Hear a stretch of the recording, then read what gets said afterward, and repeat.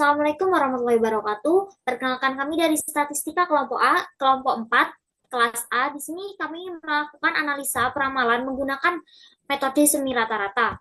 Sebelumnya, perkenalkan nama saya Tri Wulan Astuti, NIM akhir 2091. Saya Selanjutnya, Hadifa Nadira dengan NIM 2067. Saya Aulia Nurila Rahma dengan NIM 987. Saya Novelia Dwi Arisanti dengan NIM 2093. Dan saya Dina Zakia Williansyah dengan NIM akhir 2097. di sini kami menggunakan studi kasus jumlah penumpang pada kereta api Indonesia mulai dari tahun 2021 sampai dengan 2024, di mana di mana data ini kita dapat dari Badan Pusat Statistik.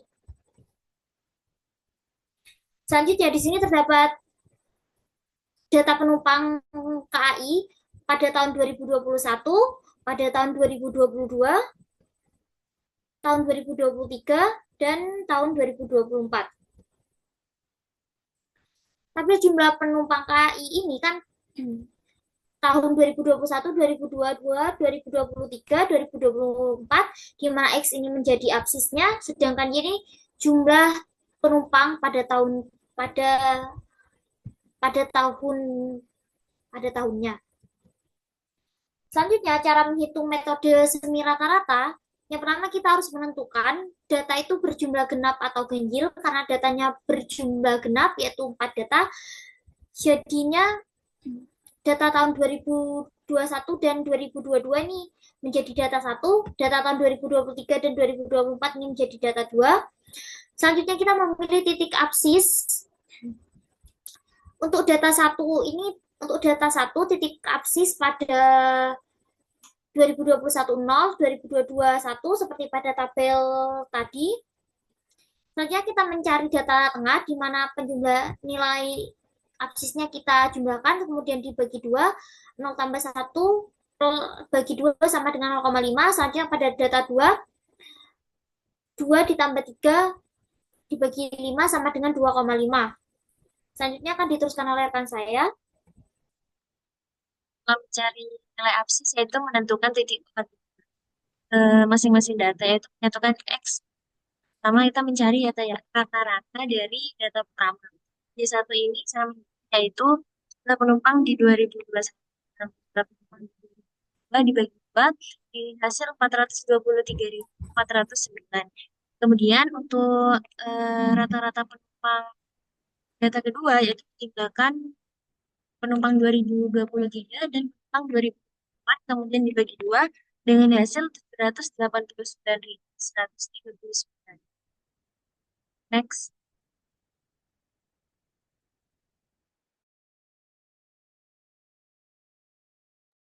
Kemudian setelah menentukan X dan Y-nya, kita membentuk koordinat data pertama yaitu didapat 0,5,423.409 untuk koordinat data pertama dan untuk koordinat data kedua yaitu 2,5,789.138. Kemudian koordinat tersebut sama-sama dimasukkan di persamaan Y sama dengan A tambah BX.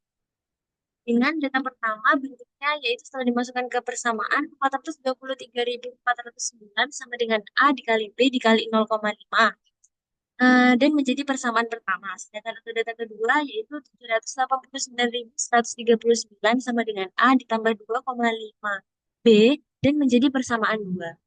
Next. Setelah dimasukkan ke nilai persamaan, kedua nilai tersebut disubstitusi, yaitu pertama substitusi persamaan 1 ke persamaan 2 itu menghasilkan nilai B yaitu nilai 182.865. Setelah menemukan nilai B tersebut disubstitusikan ke persamaan 2 untuk mendapatkan nilai A. Setelah disubstitusi akan mendapatkan nilai 331.970. Next. Dari hasil beberapa substitusi diperoleh persamaan Y sama dengan 331.975 ditambah 182.865 X, di mana X ini merupakan variabel waktu ramal yang dicari. Selanjutnya, kita akan melakukan peramalan penumpang KI di tahun 2025 dan 2026.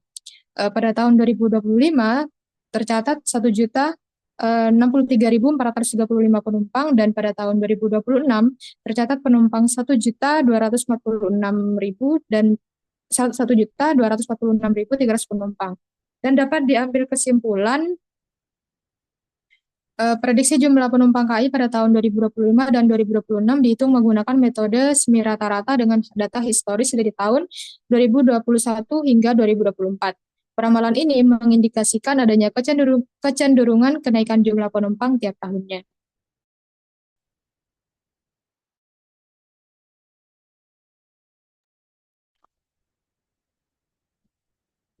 Baik, selanjutnya yaitu menghitung tingkat kesalahan dengan menggunakan matriks. Next.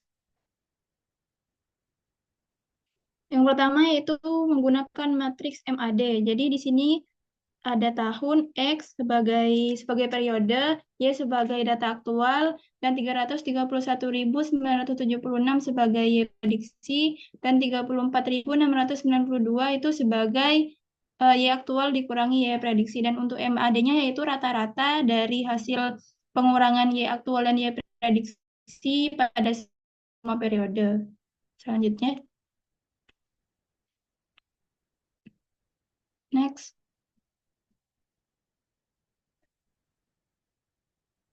Baik, kemudian untuk yang tabel matriks MAE, sama seperti tabel matriks MAD, yaitu rata-ratanya menggunakan hasil dari Y aktual dikurangi Y prediksi pada semua periode.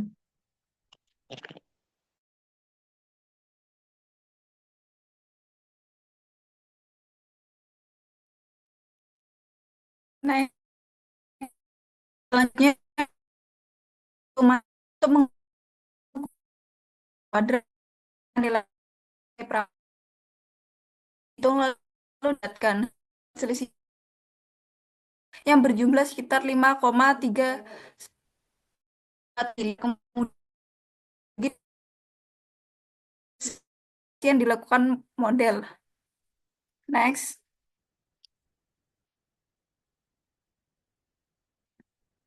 Selanjutnya ada RMSE, yaitu adalah akar kuadrat dari nilai MSE dan digunakan untuk mengembalikan satuan kesalahan ke skala yang sama dengan data aslinya. Akar hasil akhir MSE pada data sebelumnya yaitu 1.339.432.633,3 yang menghasilkan RMSE sebesar 36.743,3.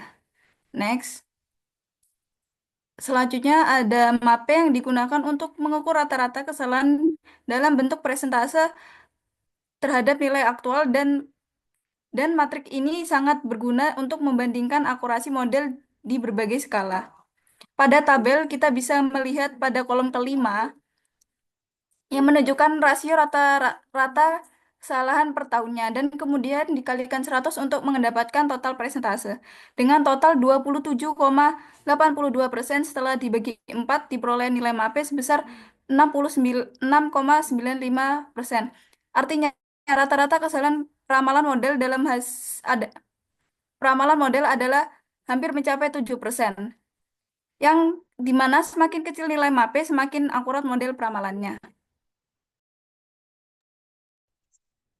Selanjutnya untuk kesimpulan terakhir, jadi mengacu pada data tahun 2021 sampai 2024, kita dapat mengevaluasi bahwa tingkat kesalahan dilakukan melalui perhitungan indikator MADE, MAE, MSE, RMSE, dan MAPE. Berdasarkan analisis yang dilakukan, diperoleh hasil MAD sebesar 36.680,5, MSE sebesar 1.346.432.633,3, RMSE sebesar 36.743,3 serta MAPE yang sebesar 6,95%.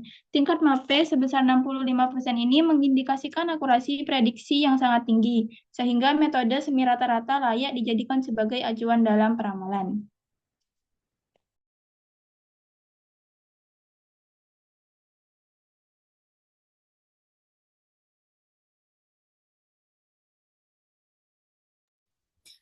Sekian kesalahan dari kelompok sekian presentasi dari kelompok kami. Apabila ada kesalahan mohon dimaafkan. Wassalamualaikum warahmatullahi wabarakatuh.